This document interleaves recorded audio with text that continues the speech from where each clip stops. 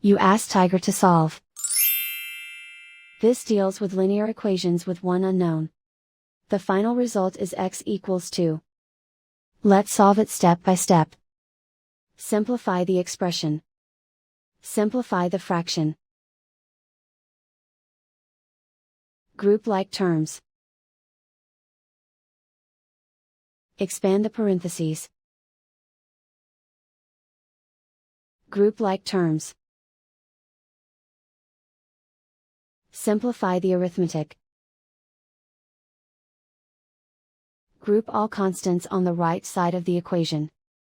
Add 26 to both sides. Simplify the arithmetic.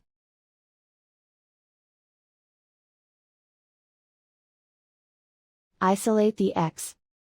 Divide both sides by 13. Simplify the fraction. Find the greatest common factor of the numerator and denominator.